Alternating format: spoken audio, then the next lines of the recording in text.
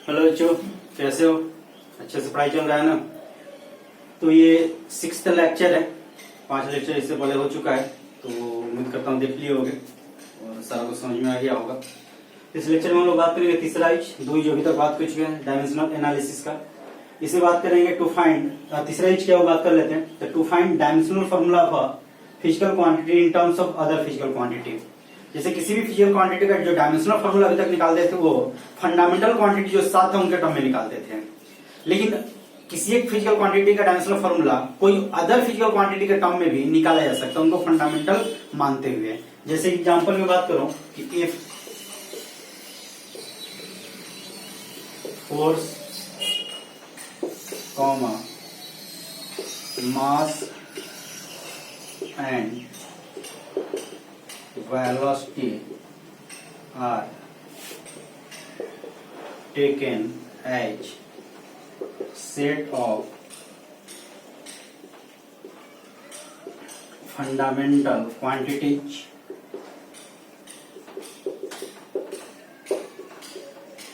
Find. अब मास length time की जगह फोर्स मास और वेलोसिटी को फंडामेंटल ले लिया गया। फाइंड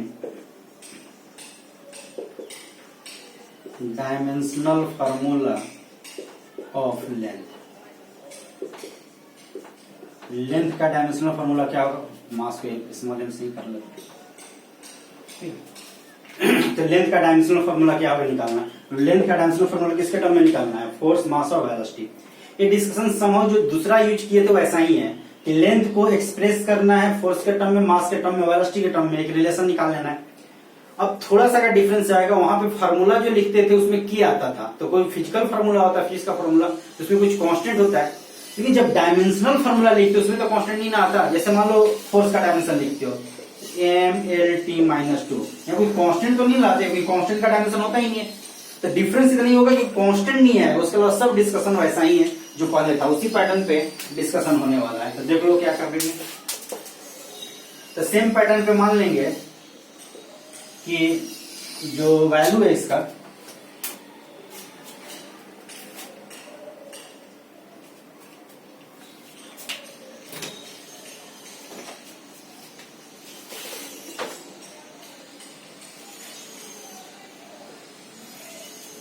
जो फोर्स है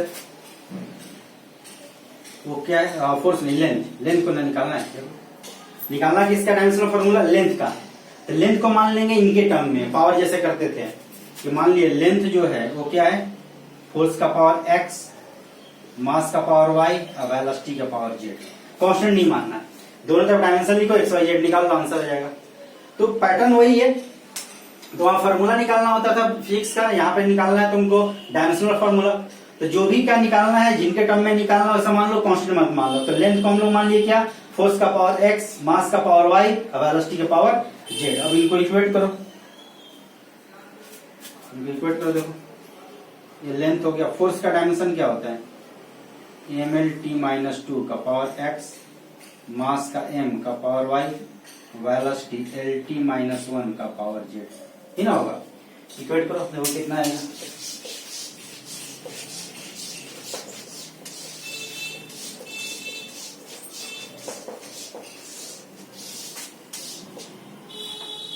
तो इधर जो पावर होगा m का पावर x, l का पावर x, t का पावर -2x। इधर हो जाएगा m का पावर y, इधर हो गया l का पावर z और t का पावर -z। इधर l केवल है, l केवल है मतलब m का पावर 0, l का पावर 1, t का पावर 0। m का पावर कितना है देखो कहाँ कहाँ? x और दूसरी जगह y, तो x प्लस y हो जाएगा। यहाँ पे x और यहाँ पे y है, तो क्या हो जाएगा? x plus y। l का पावर क्या क्या है? यहाँ x और यहाँ z, तो x प्लस z हो जाएगा। t का पावर क्या है? -2x -2 तो -2x -z। अब यहाँ पे कोई डायरेक्ट वैल्यू तो निकलने वाला नहीं है, तो इक्वेशन जैसे वैसे ही लिख लो। तो पहला तो हो गया कि x प्लस y कितना होगा? 0। दूसरा x प्लस z कितना होगा? 1। और तीसरा -2x -z किसके बराबर हो गया? 0। सोल्व कर लो। ये भी काम कर सकते हो कि x और z में रिलेशन निकाल के पुट कर लो, या सीधे ऐड कर लो, ऐड कर लो बता जाएगा। ऐड करके देखो, सोल्व करो, वीडियो पॉज करके सोल्व करो। तो सेकेंड और थर्ड को जोड़ दो, देखो कैंसिल आउट हो जाएगा। तो यहाँ करोगे तो वाई जेड में रिलेशन आएगा, यहाँ से डायरेक्ट आ जाएगा आंसर। इन दोनों जोड़ोगे जेड हट जाएगा, तो बचेगा x माइनस 2x, इधर होगा 1 प्लस 0, जोड़ा गया है x minus 2x, Z Z हट गया, तो क्या बचेगा माइनस एक्स इक्वल टू 1। तो x का वैल्यू कितना आया -1, x -1 हुआ। 1 में पुट करके y निकाल लो, तो -1 प्लस वाई 0 होगा। तो यहाँ से y का वैल्यू कितना है, y का वैल्यू आएगा 1। यहाँ से y का जो वैल्यू आएगा कितना आएगा 1। अब इसमें पुट कर लो दूसरे वाले में, पुट करोगे तो x का value -1 plus Z equal to 1। तो जेड का वैल्यू कितना आएगा 2, जेड का वैल्यू कितना आ जाएगा 2। तो इक्वेशन क्या था, हमें लेंथ को रिप्रेजेंट करना किसके टर्म में, तो लेंथ का डायमेंशनल फार्मूला लिखना था किसके टर्म में, फोर्स के टर्म में। तो फोर्स का पावर x था, ये था ना, इससे पहले फोर्स था, ये वाला मास था, ये वाला वेलोसिटी था। फोर्स का पावर x का -1, और फिर उसके बाद तुम्हारा था मास का y1 और वेलोसिटी का पावर z। ये डायमेंशनल फार्मूला ऑफ L क्या होगा इनके टर्म में, इतना भी लिख सकते हो, बहुत बार ऐसे भी लिखा जाता है mv², और जो बचेगा उसके अकॉर्डिंग f नीचे आएगा, mv²/f, ये हो जाएगा, या उस टर्म में भी लिख सकते हो, ठीक है। तो ऐसे ज्यादा सही यही है, इसी टर्म में लिखना चाहिए, कभी बार ऐसे भी मिल जाएगा। डायमेंशन हम लोग देखते हो जितना भी लिख रहे थे, और फोर्स का है mlt-2, ऐसे लिखते थे, ml/t² तो लिखते नहीं थे। तो पैटर्न यही होता है, वो सब एक ही लाइन में लिखा जाता है डायमेंशन को, ठीक है। तो ये तुम्हारा डायमेंशनल फार्मूला ऑफ लेंथ हो गया, नोट डाउन कर लो।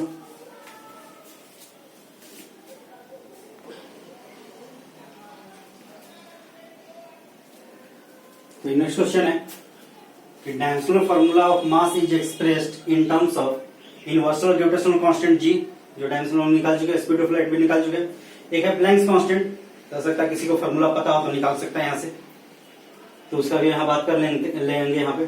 तो मास को इनके टर्म में लिखा जा रहा है, तो फॉर्मूला ऐसा कुछ लिखा जा रहा है, g का पावर x, c का पावर y, h का पावर z। तो तुम्हें निकालना xy/z, या तो खुद ही लिख दिया है, तुम्हें बस डायमेंशन लिख करके इक्वेट कर लेना है। प्लैंक्स कांस्टेंट का डायमेंशन क्या होता है, तो पहले g का बता दो, g का क्या होता है याद है, g m1m2/r² होता था। तो क्या आता था, ये फॉर्मूला होता था ना, ये F equal to ji m1m2, तो m स्क्वायर कर दो r², g m1m2/r², तो l² यहाँ मल्टीपल हो जाएगा। तो ये होता था m, ये क्या आता था तुम्हारा mlt-2, तो एक तो पावर n का पावर -1 हो जाएगा, l का पावर 2, ये कितना हो जाएगा 3, और t का पावर कितना हो जाएगा -2 होता था। तो फार्मूला हो गया g का। c का फार्मूला क्या होता है, डायमेंशन क्या होता है, तो c तो स्पीड ऑफ लाइट है, तो स्पीड वाला lt-1, h एक फार्मूला होता है एनर्जी का, equal to h into F. ये प्लैंक्स कांस्टेंट एनर्जी का जो फार्मूला होता है, आगे पढ़ोगे लाइट एनर्जी का, फोटोन वगैरह से रिलेटेड है, उसका फार्मूला होता है equal to h into F. ये फ्रीक्वेंसी है, जिससे पिछले क्लास में भी आया था, 1 टाइम पीरियड। तो E तो एनर्जी है, E एनर्जी है, F है frequency. Equal to H F होता है, तो यहां से देखो कितना आ जाएगा एच का, तो ई का होता है ml²t-2, एच का निकालना, ये 1 टाइम पीरियड, तो 1/t हो जाएगा। एच का डायमेंशन क्या हो जाएगा, टी मल्टीपल गया, तो ml2t-1 होगा क्या, तो टी मल्टीपल जाएगा, ml2t-1 हो जाएगा। फॉर्मूला बना दो। डायमेंशन अगर तुमको पता है तो क्वेश्चन बहुत ही आसानी से सोल्व हो जाएगा। देख रहे हो, मास को एक्सप्रेस करना था, तो क्वेश्चन में ज्यादा कुछ है नहीं, और xy/z निकालना है। चलो वैल्यू हम लोग देख लेंगे। तो क्वेश्चन ही दिया है कि मास जो है वो डिपेंड कर रहा है कैसा, g का पावर x, c का y और h का पावर z, ये था, हाँ c था, फिर उसके बाद h था, h का पावर z, ये डिपेंडेंसी है। तुम्हें xy/z निकालना है, तो ये तो डायमेंशन m हो जाएगा, g का कितना m-1, l का पावर 3, t का पावर -2 का पावर x, c l-1 का पावर y, lt-1 का पावर y, h का कितना ml2t-1 का पावर z होगा क्या। अब बेस को इक्वेट करके सोल्व कर लो, 3 वेरिएबल 3 इक्वेशन है, ट्राई कर सकते हो, पहले ट्राई कर लो तो वीडियो देखना। m का पावर -x, l का पावर 3x, t का पावर -2x, यहाँ हुआ l का पावर y, t का पावर -y, m का पावर z, l का पावर 2z, t का पावर -z। अब सेम बेस का पावर जो होता है ऐड होता है, तो सेम बेस का पावर ऐड होता है, ऐड करके देखो कितना आ रहा है।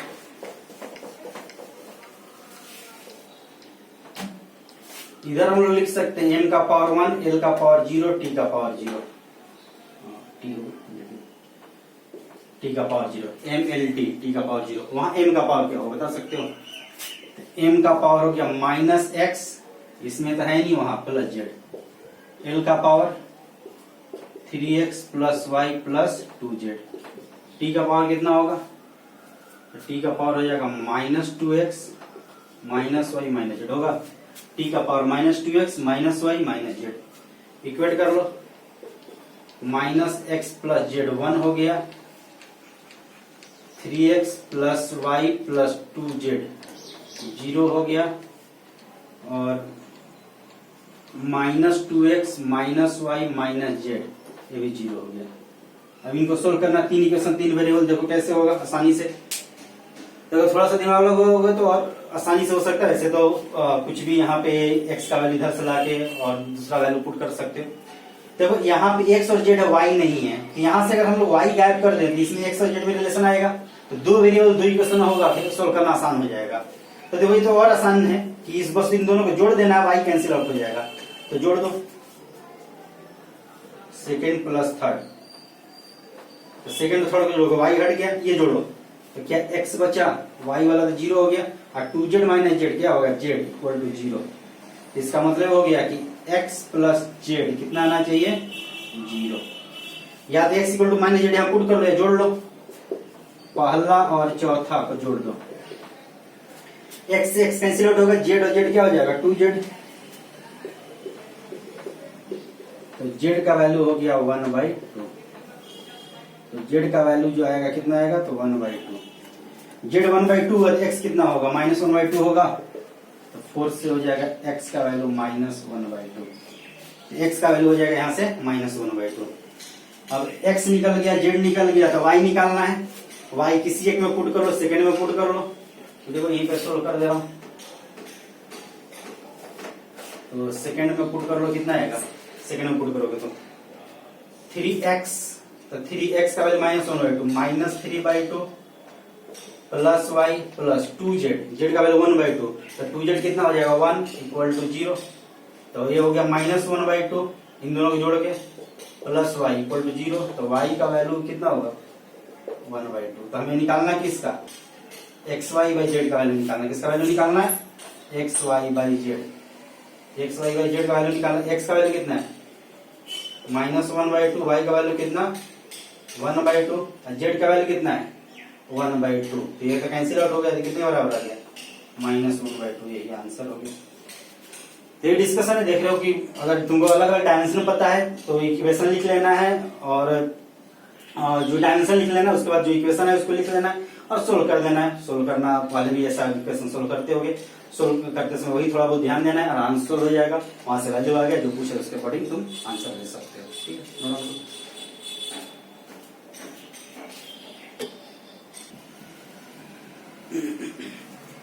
तो नेक्स्ट क्वेश्चन है, एग्जाम्पल ये उसी का आगे, उसी का एग्जाम्पल।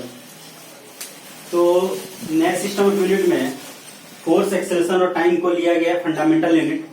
तुम्हें एनर्जी का डायमेंशन कुछ इस टर्म में दिया है, F फोर्स है, ये एक्सेलरेशन है, T टाइम है, x⁻⁴ T का पावर क्यों x⁻⁴ है, तो x का वैल्यू निकालना है। तो वीडियो पॉज करके ट्राई करो, उसके बाद फिर सोल्यूशन बता रहा हूं, ठीक है, ट्राई कर लियो। अगर इसको इस तरह से लिख रहे हो तुम कि एनर्जी इक्वल टू फोर्स का पावर x, एक्सेलरेशन का y और t का पावर z है, देन सोल्व कर रहे हो तो थोड़ा मुश्किल में पड़ जाओगे, लंबा जाएगा, मुश्किल में क्या पड़ा, लंबा जाएगा, क्योंकि z का वैल्यू x/3 करोगे। वैसे तुम कुछ और भी लिख सकते हो कि मान लो x अगर है तो a, b और c लिख दो पावर, तो c का वैल्यू x/3 करोगे, देन सोल्व करोगे, तो 3 इक्वेशन 3 वेरिएबल सोल्व करना पड़ जाएगा। अब ऐसे क्वेश्चन में जो दिया है वैसे ही कर लो, अगर इतना दिया है मतलब यहाँ और यहाँ पावर 1 आ ही रहा होगा, मतलब ये दोनों पावर हमेशा बराबर होगा। ये मान लो 5 है तो ये 5 रहा होगा, फिर ये कुछ रहा होगा। तो जैसा वैसे ही सोल्व करो, आसानी से सोल्व हो जाएगा। तो क्वेश्चन ये दिया कि ई जो है क्या है, एफ ए टी का पावर एक्स बाई 3, ये क्वेश्चन दिया है तो उसके टर्म में सोल्व करो, अपने से वेरिएबल मानने की जरूरत ही नहीं है। तो एनर्जी क्या होता है, डायमेंशन ml2 t-2, एफ का ml t-1, ये एक्सेलेरेशन एरिया नहीं है, एक्सेलेरेशन क्या क्या होता है LT-2, और टी टाइम ही है तो ये तो टी ही रह जाएगा to the power x by 3। और देखो यहां से इक्वेट करो, m l का डायमेंशन क्या है, यहाँ 1 यहाँ 1 2, और t का कितना, यहाँ -1 और -2, तो -2 और -1 -3, और उधर हो गया x बाई 3। क्या ये होगा, देखो ये दोनों मैच कर रहा है, m l² मैच कर रहा है। अगर नहीं मैच करता तो क्वेश्चन ही गलत हो जाता है, इसलिए वेरिएबल नहीं मानना। अब -2 पे इससे इक्वेट कर दो, आंसर आ जाएगा। तो क्या यहाँ ऐसा बोला सकता है कि -2 equal to -3 plus x by 3, इधर गया तो कितना आएगा 1 equal to x by 3, x का वैल्यू कितना आ गया 3। तो ये सब क्वेश्चन इंटीजर टाइप वगैरह में दिया जाता है। तो क्वेश्चन अगर वेरिएबल मानना शुरू कर दोगे, एक से चलो एबीसी मान के फिर एबीसी निकाल रहे हैं, सी को x बाई 3 कर रहे हैं, तो बहुत लंबा चला जाएगा। जो दिया उसके अकॉर्डिंग सोल्व कर लो, वहां से तुम्हारा आंसर आ जाएगा। ठीक है, नोट डाउन करो।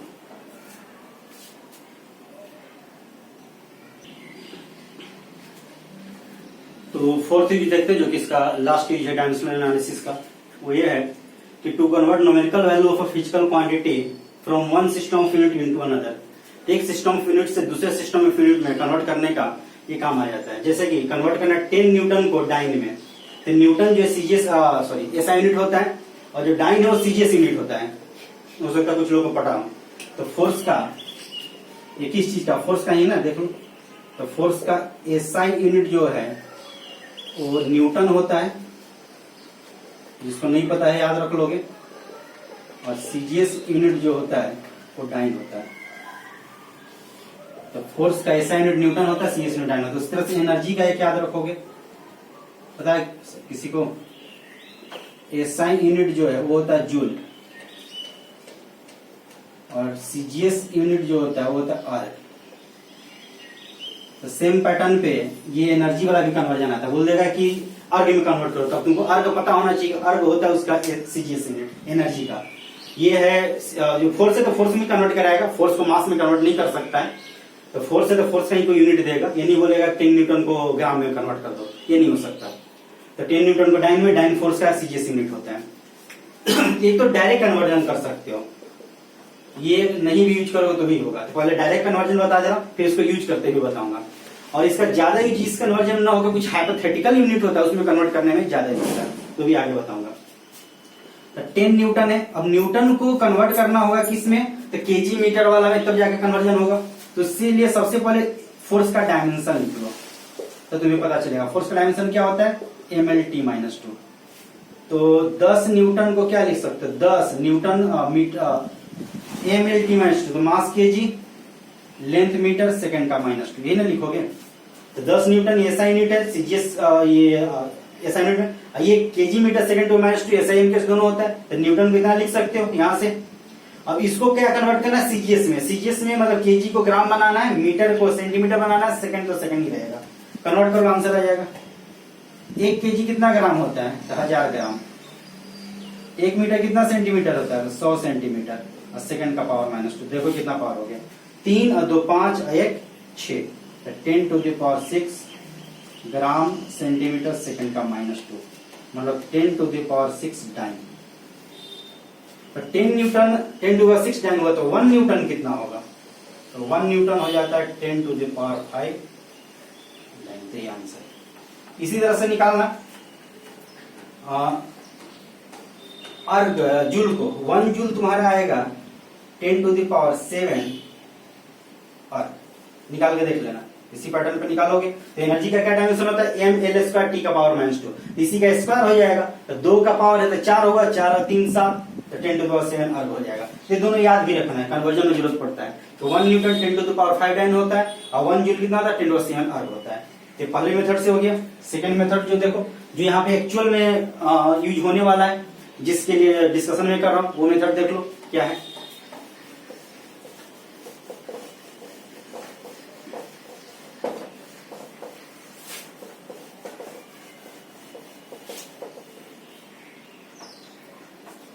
तो सेकेंड मेथड में जो न्यूमेरिकल वैल्यू वाला जो पहला क्लास में एक डिस्कशन आया था, या जो लेक्चर 1 में, कि किसी भी क्वांटिटी को इस तरह से लिखते हो NU से।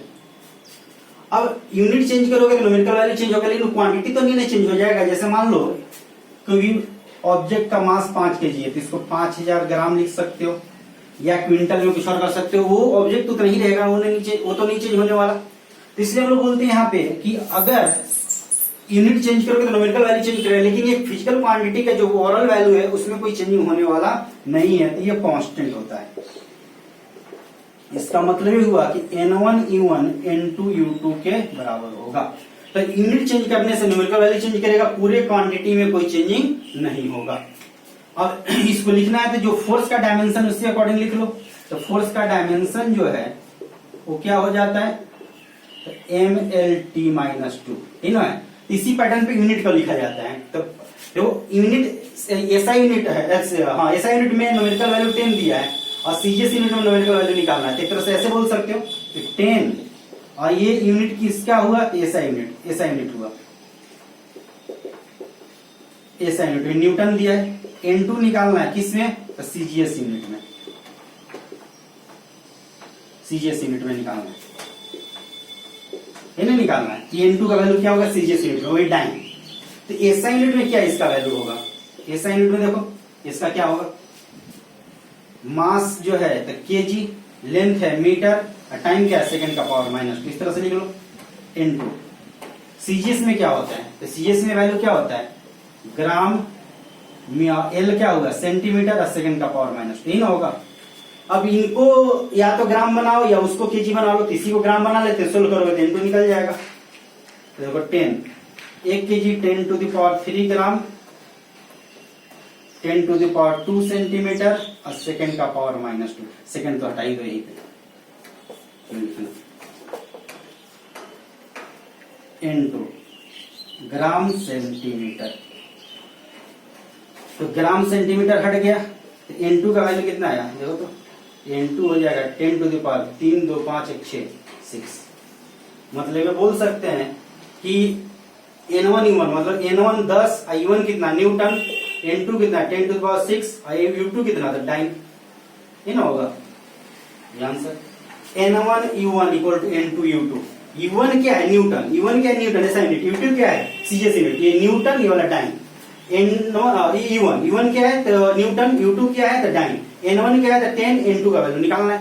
तो वही चीज है जो पहले कन्वर्ट की उसी को इस फार्मूला में बैठा करके सेट कर दिया गया, यही मेथड 2 हो गया।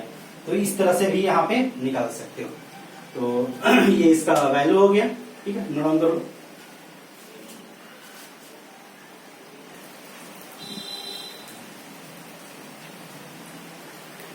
नेक्स्ट क्वेश्चन देखो, if new system of unit, यहाँ नया एक सिस्टम माना गया, जैसे कि वहां तो एसआई को सीजीएस में बना है, तो ऐसा क्वेश्चन रहता है तो बहुत ही आसान होता है।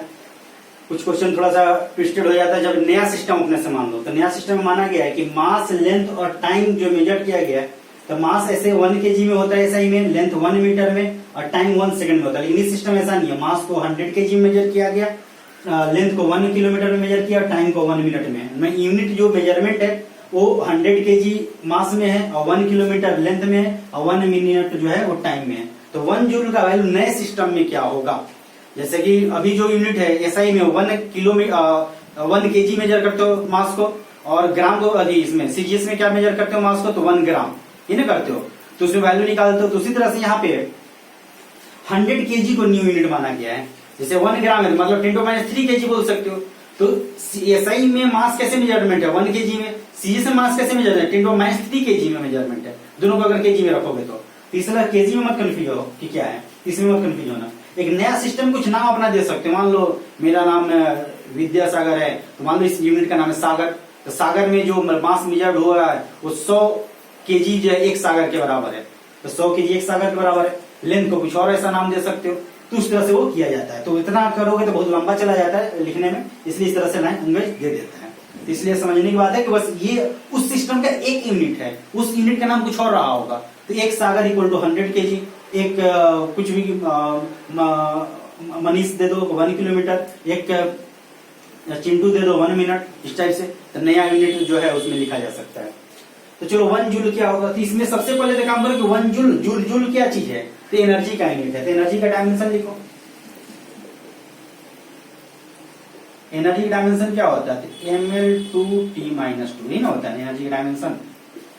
अब एनर्जी के डायमेंशन हम लोग लिख लेते, इसके टर्म में हमें डिस्कशन क्या कर लेना है, n1u1 इक्वल टू n2u2, ये काम कर लेना, आंसर आ जाएगा। तो n1 हमें 1 दिया, जूल किया है, तो जूल यहां से लिख सकते हो क्या चीज, kg मीटर स्क्वायर सेकंड का पावर माइनस 2 ना।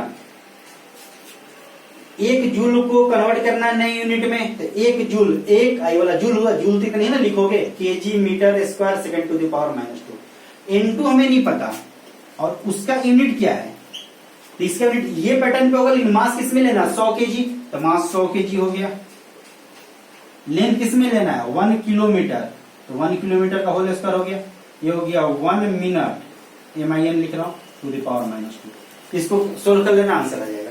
अब केजी है तो भी केजी है, कोई दिक्कत नहीं है। मीटर है किलोमीटर, तो किलोमीटर को मीटर बनाओ, ये सेकेंड और मिनट है तो मिनट को सेकेंड बनाओ, तो केजी तो सबसे पहले हटा दो, तो मीटर स्क्वायर सेकेंड का पावर माइनस 2 n2, ये हो गया 100, 10 टू द पावर 2 कर लो। 1 किलोमीटर कितना मीटर होता है, क्या 1000 मीटर होता है, 10 टू द पावर 3 मीटर होता है। और 1 मिनट कितना सेकंड होता है, तो क्या 60 सेकंड होता है, 60 सेकंड का पावर माइनस 2, तो माइनस पावर भी जाना होगा, तो मीटर स्क्वायर सेकंड का power minus 2, metre square second power minus 2 cancel out हो, तो बचा क्या, देखो यहाँ तो 1 हो गया n2, यहाँ 10 का पावर 2, यहाँ कितना होगा, 10 का पावर 3 के 6, ये देखो ओवरऑल का पावर 2 है, तो 10 का पावर 6 हो जाएगा, ध्यान दोगे, इसलिए मीटर का स्क्वायर कैंसिल हो जाता है, 10 का पावर 3 और ऊपर में पावर 2 है, तो 10 का पावर 6 हो जाएगा। ये कितना होगा, 60 होगा क्या, तो 60 का पावर माइनस 2 होगा, तो 60 का पावर माइनस 2 का मतलब हो गया क्या, 1/60 का होल स्क्वायर होगा, नीचे में कर दो, तो ये ध्यान रखोगे पावर। तो n2 का वैल्यू कितना हो गया, तो 60 इंटू 60 ऊपर कर लो, और नीचे में ये 10 का पावर 2 ही भी छोड़ लो, या 100 कर लो, 0 कैंसिल आउट होगा, उसलिए कर रहा हूँ, और 10 का पावर 6, 0 2 कैंसिल आउट हो गया, तो यहां से n2 का वैल्यू क्या लिख सकते हो, 36 into 10 to the power minus 6, ये लिखा जा सकता है। तो नए सिस्टम में एक जूल कितने बराबर होगा, इतना, उसको भी नाम नहीं दिया गया, नाम दिया जाए तो उसमें होगा, नहीं तो फिर ये जो चीज है उसके टर्म में लिखना पड़ेगा, तो इतना हो जाएगा, बस इतना वैल्यू तो लिख के तुमको देखना छोड़ देना है, या ऑप्शन रहेगा इसी टर्म में होगा, तो 36 इंटू 10 टू पावर माइनस 6, इतना उसका न्यूमेरिकल वैल्यू होगा नए सिस्टम में। नोट डाउन करो।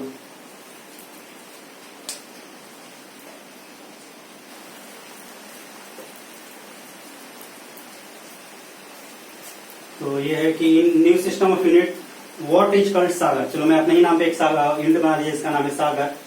उसमें केवल वाट के यूनिट को सागर बोला जाए, पूरे सिस्टम का नाम नहीं है। तो जो वाट है, वाट किसका एनर्जी यूनिट होता है, पावर का। अगर नहीं पता है तो जान लो, शायद बताया ही था। तो पावर का यूनिट जो होता है वाट, जो बल्ब का पावर वगैरह होता है उसका देखोगे 100 वाट 50 वाट का बल्ब है, तो वाट जो होता है किसका यूनिट होता है, तो पावर का।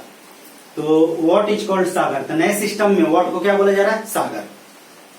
तो instead of taking 1 kg 1 metre 1 second, ये यूनिट में ही दिया जाता है 1 kg 1 metre 1 second as basic unit, they took he took unit of mass length and time as alpha kg beta metre gamma second. तो जो सागर वाट का सागर यूनिट जिसमें बना उस सिस्टम ऑफ यूनिट में मास को अल्फा kg बेसिक यूनिट माना गया, लेंथ को बीटा मीटर बेसिक यूनिट माना गया, और टाइम को गामा सेकंड बेसिक यूनिट माना गया। तो 5 सागर का वैल्यू कितना होगा वाट में निकालना है। ट्राई करो, पिछला जो क्वेश्चन किया वैसा ही है, तो देखो ट्राई करो। तो देखो पावर का डायमेंशन क्या होता है, ml2t-3 होता है क्या, एनर्जी पर यूनिट टाइम। तो एनर्जी ml2t-2 था, तो फॉर्मूला अप्लाई कर लो, n1u1 इक्वल टू n2u2, यही ना करना है। n1 कितना है 5। अब देखो 5 या तो इसमें लो, तो 5 यूनिट चलो मैं लिख दे रहा हूं सागर, और n2 निकालना किस में, तो वाट। ध्यान रखना वाट ऐसा यूनिट है, ये वाला होगा तुम्हारे केजी मीटर वाला, ये तो अल्फा बीटा गामा में चलेगा। या वाट इधर लिखे रहते हैं और सागर उधर रहते तो अल्फा बीटा गामा में चलता। तो 5 ये वैल्यू पुट करना किस के लिए, सागर के लिए। तो सागर में मास क्या लिया, अल्फा केजी, तो मास का पावर वही है, तो अल्फा केजी बीटा मीटर का पावर कितना हो जाएगा 2 और गामा सेकेंड का पावर कितना हो जाएगा -3, यही ना है। तो सागर जो है कितने बराबर है, तो अल्फा केजी बीटा मीटर का पावर 2 और गामा सेकेंड का पावर -3। और N2 निकालना है, वॉट किसके बराबर होगा, तो ऐसा ही डाल दो कि 1 केजी 1 मीटर 1 सेकंड, एक तो लिखते नहीं हो तो ये 111 है हर जगह। तो क्या हो जाएगा, केजी मीटर का पावर 2 सेकंड का पावर -3। तो 111 लिखोगे भी तो 1 का पावर कुछ भी ले लो, वो तो 1 ही आना है, तो ये सब 111 जो वैल्यू तो हटना है। इसी को सिंप्लीफाई कर लो, आंसर आ जाएगा यहाँ से 5। ये अल्फा हो जाएगा देखो, और सब तो ऐसे ही हट जाना है। ये बीटा का स्क्वायर हो जाएगा, गामा का पावर -3 हो जाएगा, ये हो जाएगा N2। N2 का वैल्यू कितना है, N2 हो जाएगा 5 alpha beta square divide by gamma का पावर 3, ये N2 का वैल्यू होगा। तो अल्फा बीटा गामा पता होगा तो वहां से वैल्यू निकाल सकते हो। तो ये इसका यूज हो गया चौथा वाला, और इतना ही इसका यूज है डायमेंशनल एनालिसिस का। तो डायमेंशनल एनालिसिस में यूज हो गया। इसमें छोटा सा डिस्कशन है लिमिटेशन का, तो ये हर जगह यूज नहीं कर सकते हो, ठीक है। पीछे जो हम लोग यूज कर देखे हैं तो उन्हीं सब में से लिमिटेशन निकल के आएगा। जैसे कि क्वांटिटी जो वेरिएबल होता था कि 3 वेरिएबल 3 इक्वेशन होता था, मान लो वेरिएबल कम है ज्यादा हो, इक्वेशन कम हो जाए। मैथ में करते हो कि वेरिएबल अगर 2 है, 2 इक्वेशन हो या 3 इक्वेशन हो तो भी कोई दिक्कत नहीं। यहाँ 3 इक्वेशन हुआ था 2 वेरिएबल, तो ज्यादा इक्वेशन हो तो दिक्कत नहीं, लेकिन कम इक्वेशन हो तो दिक्कत हो जाएगा। तो ऐसा जो चीजें आने लगे तो लिमिटेशन में जाएगा। तो कुछ है नहीं जो तुम पढ़े हो उन्हीं में से बस देख लेना कि क्या क्या मेरा लिमिटेशन बन रहा है। तो यूनिट डायमेंशन का जो पूरा डिस्कशन था वो हो गया। इसमें जो यूनिट डायमेंशन का सीट और डीपीएस से मिला होगा करना पूरा कर सकते हो। तो उसको नेक्स्ट क्लास में जो होमवर्क पूरा होमवर्क है पूरा कर सकते हो जो भी मिला है। और जैसा होगा, जैसा मैं देख लूंगा क्या क्या मिला कैसे है, उसके ऊपर मैं डिस्कशन तुम लोग का कर दूंगा। ठीक है, थैंक यू।